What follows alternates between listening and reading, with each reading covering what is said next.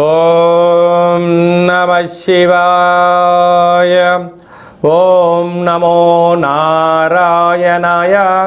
ఓం శ్రీ స్వర్ణాకర్షణ కాల భైరవాయ నమో నమః. నరదృష్టి నివారణ కాల భైరవాయ నమో నమః. ఓం సూర్య అరిష్టేతు సంప్రాప్తే సూర్య పూజాంచకారయేత్. సూర్య ధ్యానం ప్రవక్ష్యామి ఆత్మదోషపీడోప ఉపశాంతయే. హరి ఓం.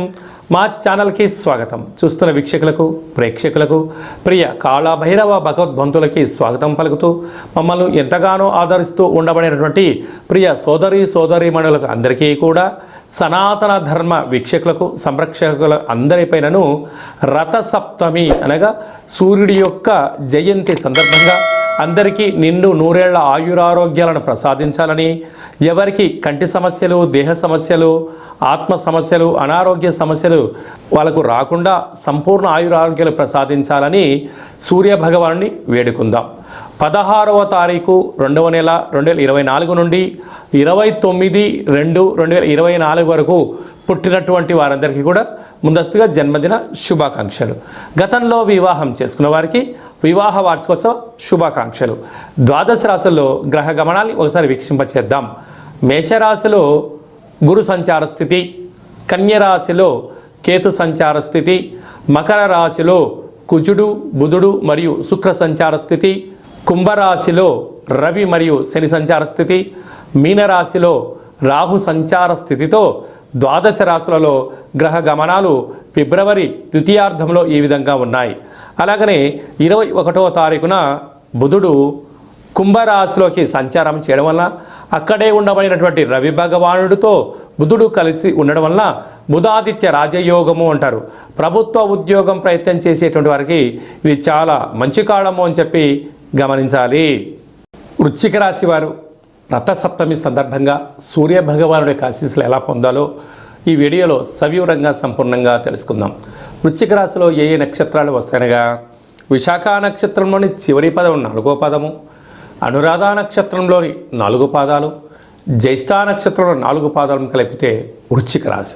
వృశ్చిక రాశి యొక్క అధిపతి కుజ భగవానుడు.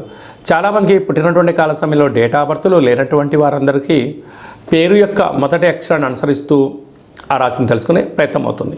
అవి ఏ అక్షరాలు వస్తాయనగా తో, నా, నీ, ను, నే, నో, యా, ఈ, యు అక్షరాల వారందరూ కూడా వృశ్చిక రాశి జాతకులే. వీరికి సూర్య భగవానుడి యొక్క ఆశీస్సులు పొందగలగాలి, చాలా అవసరం. ఎందుకనగా ఒకవైపు అర్ధాష్టమ శని, అర్ధాష్టమ రవి కనుక ఆరోగ్యం అనేటువంటిది ప్రధానమైనటువంటి మనిషి యొక్క జీవన విధానంలో వీరికి ముఖ్యమైనటువంటి పరిస్థితి. అందరికన్నా వృశ్చిక రాశి వారికి అధికంగా కావాలి. ఎందుకనగా అర్ధాష్టమ శని కారణం చేత ఇప్పటికే ఏడాది నుంచి అనేక రకాలమైనటువంటి సమస్యలతో, వ్యాధులతో, శత్రులతో శతమతమవుతున్నారు. కనుక ఇలాంటి కాల సమయంలో ప్రతిరోజు నడక, వ్యాయామం, సూర్య ఆసనాలు, సూర్య నమస్కారాలు, సూర్య ఉపాసన, సంపూర్ణమైనటువంటి శ్వేతార్క గణపతి స్వామివారి ఆశీస్సులతో పాటు నిత్యము నవగ్రహాలలో సూర్య భగవానునికి తెల్లటి పుష్పాల చేత కానీ ఎర్రటి పుష్పాల చేత కానీ అర్చన చేయడం వలన మనశ్శాంతి, శత్రువులు ఉండరని చెప్పి గమనించాలి. వీలైనంత వరకు ఒక మాసం వరకు మౌనం, ధ్యానం, ఆవేశానికి దూరంగా ఉండడం, ఆహ్లాదకరంగా ఉండడము, భగవంతుడి యొక్క సేవా రంగంలో మీరు కాలం గడపగలిగితే మీకన్నా అదృష్టవంతులు ఎవరు లేరు అని చెప్పి గమనించగలగాలి. లేకపోతే శారీరకంగా, మానసికంగా వీలైనంత వరకు ప్రశాంతంగా ఉండే ప్రయత్నం చేయాలి. లేక దీర్ఘకాలికమైన వ్యాధులు, ఆయుధ ప్రమాదాలు, యంత్ర ప్రమాదాలు పొంచి ఉన్నాయి. తస్మాత్ జాగ్రత్త. అలాగే తృతీయంలో కుజ, బుధ, శుక్ర సంచార స్థితి కారణం వలన అన్నదమ్ములతో, అక్కాచెల్లెలతో మౌనంగా ఉండండి. అర్ధాష్టమ రవిశని దోషము, పంచమ స్థానంలో రాహు సంచార స్థితి, 6వ స్థానంలో గురు సంచార స్థితి ఉండడం వలన ధర్మంగా ఉన్నంత వరకు మిమ్మల్ని ఎవరేం చేయలేరు. ఆ ధర్మానికి నాంది పలికారా నిత్యము రుణభయం, రోగభయం, శత్రుభయం, అగ్నిభయం పొంచి ఉంది. తస్మాత్ జాగ్రత్త. స్వయంవృత్తులు, సేవారంగాలు, సాఫ్ట్వేర్, హార్డ్వేర్ వాళ్ళు, యానిమేషన్స్, వ్యవసాయ సోదరీమణులకు గృహ భవన నిర్మాణ కార్యక్రమం చేసేవారందరూ ఎంతో జాగ్రత్త వహించాలని చెప్పి గుర్తుపెట్టుకోవాలి. ఫిబ్రవరి మాసంలో 16వ తారీఖు నుండి 29వ తారీఖు వరకు ముఖ్యమైనటువంటి పండగల గురించి క్లుప్తంగా సవివరంగా సంపూర్ణంగా తెలుసుకుందాం. 16వ తారీఖున మాఘమాస శుద్ధ సప్తమి, రథసప్తమి కనుక సూర్య భగవానుడి యొక్క ఆరాధన, సూర్యారాధన చేయడం, సూర్య భగవానుడికి అర్ఘ్యం వదిలిపెట్టడము, మనము స్వామివారికి ఆసనాలు ముద్రలు వేయడం వలన సంపూర్ణ ఆయురారోగ్యాలు మనకు ప్రసాదించడం జరుగుతుంది. అంటే కేవలం ఈ రథసప్తమి రోజే కాకుండా ప్రతిరోజు సూర్య నమస్కారం చేసుకోవడం, ప్రతిరోజు ముద్రలు వేయడం, ఆసనాలు వేయడం వల్ల సంపూర్ణ ఆయురారోగ్యాలు ఉంటాయని చెప్పి గమనించాలి. 17వ తారీఖున మాఘమాస శుద్ధ అష్టమి శనివారం కృత్తికా రోహిణి నక్షత్ర సందర్భంగా అసితాంగ కాళభైరవ స్వామిని పూజించాలి. 24వ తారీఖున మాఘ పూర్ణిమ, మాసానా మాఘమాసం అంటారు. మాఘమాసంలో పూర్ణిమకు చాలా ప్రత్యేకత ఉంటుంది. నదీ స్నానము, సముద్ర స్నానము, దానము యోగదాయకము. అలాగనే మనకు 27వ తారీఖున మాఘమాస బహుళ అష్టమి మంగళవారము.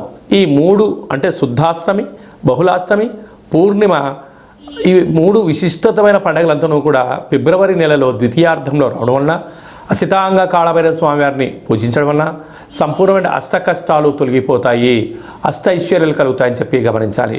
కనుక కాళభైరవ స్వామి నామస్మరణ, ఇంట్లో కూష్మాణ దీపము, కాళభైరవ దీపము, ముడుపు కట్టడము యోగదాయకం.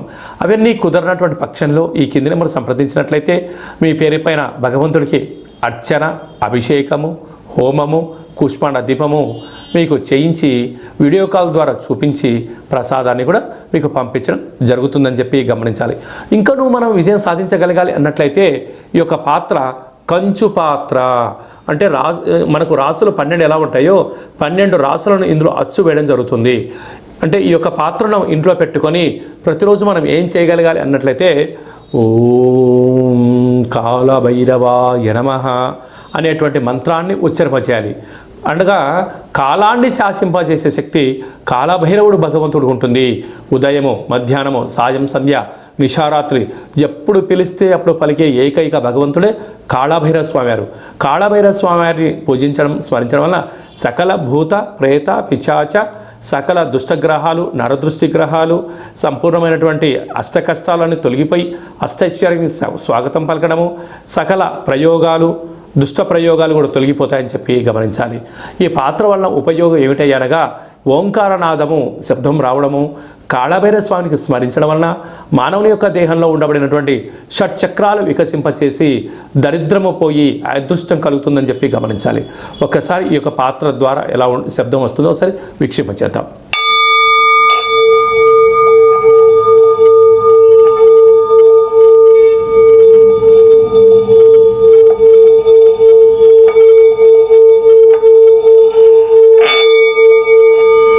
ఇలాగా ఓంకార శబ్దాన్ని మనం చూసాం. అలాగా శబ్దద్వర్థం వలన సకల అష్ట కష్టాలు తొలగిపోతాయి, అష్టైశ్వర్యాలు కలుగుతాయని చెప్పి గమనించాలి. ఈ యొక్క కంచు పాత్రతో పాటి ఒక కాళభైరవ స్వామి యొక్క పిరమిడు, డాలరు, కంకణము, విగ్రహము, అలాగనే మీకోసం ప్రత్యేకంగా కాళభైరవ హోమాన్ని ప్రత్యక్ష ప్రసారంగా వాట్సాప్ కాల్ ద్వారా చూపించి మీకు అందజేయడం జరుగుతుంది. మీ పేరుపైన కూష్మాండ దీపం కూడా పెట్టడం జరుగుతుంది. ఆసక్తి గలవారు ఈ కింద నెంబర్ని సంప్రదించవచ్చు.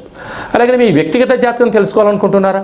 మీరు పుట్టినటువంటి తేదీ, నెల, సంవత్సరం, పుట్టిన సమయం రాసి పంపించినట్లయితే 100 సంవత్సరాల జాతకాన్ని రాసి పంపించి మీరు పుట్టినప్పుడు గ్రహ గమనాలు ఎలా ఉన్నాయి, ప్రస్తుతం ఎలా ఉంటున్నాయి, రాబోయే కాలం ఎలా ఉంటున్నాయో సవివరంగా సంపూర్ణంగా మీకు తెలియజేయడం జరుగుతుంది. అలాగే చాలామందికి డేటా ఆఫ్ బర్త్లో లేనటువంటి వాళ్ళు ఎవరైనా ఉన్నట్లయితే మీ పేరు యొక్క మొదటి అక్షరాన్ని అనుసరిస్తూ ఆ రాశిని తెలియచేస్తూ కాళభైరవ ఉపాసన చేత భూత భవిష్యత్ వర్తమానాన్ని తెలియచేస్తూ మీ జాతకం చెప్పించుకున్న ప్రతి ఒక్కరికి కూడా మన యొక్క కాళభైరవ స్వామి యొక్క దేవాలయంలో అర్చన, అభిషేక, హోమ కార్యక్రమాలను కూడా చూపించి మీతో స్వామివారికి నమస్కారం పెట్టించడము, స్వామివారికి ఆశీస్సులు మీకు ప్రసాదింపజేయడం జరుగుతుంది అని చెప్పి గమనించాలి. ఆసక్తి గలవారు అపాయింట్మెంట్ తీసుకొని సంప్రదించగలరు. అలాగే మీ అబ్బాయికి కానీ అమ్మాయికి కానీ ఎంత ప్రయత్నం చేసినా వివాహం అవ్వడం లేదా, ఎందుకు అవ్వట్లేదో తెలుసుకొని వచ్చినటువంటి జాతకము, వధూవరుల జాతకాలు, జాతక పొంతన చూసి వీరికి వివాహ యోగము, సంతాన యోగము, ఎలాంటి యోగాలు ఉన్నాయో తెలియజేయడం జరుగుతుంది. అలాగే గతంలో వివాహమైన దంపతులు తరచూ గొడవ పడుతున్నారా? వారి జాతకంలో కానీ పేరులో కానీ ఏమైనా స్వల్పమైన మార్పులు చేయడం వలన వాళ్ళు పార్వతీ పరమేశ్వరులాగా కలిసి ఉండేటువంటి ఆధ్యాత్మిక సలహాలు సూచనలు కూడా ఇవ్వడం జరుగుతుంది. అలాగనే మీకు అబ్బాయి కానీ అమ్మాయి కానీ పుట్టినప్పుడు ఎలాంటి పేర్లను పెట్టాలో మీకు తెలియజేయడం కూడా జరుగుతుంది.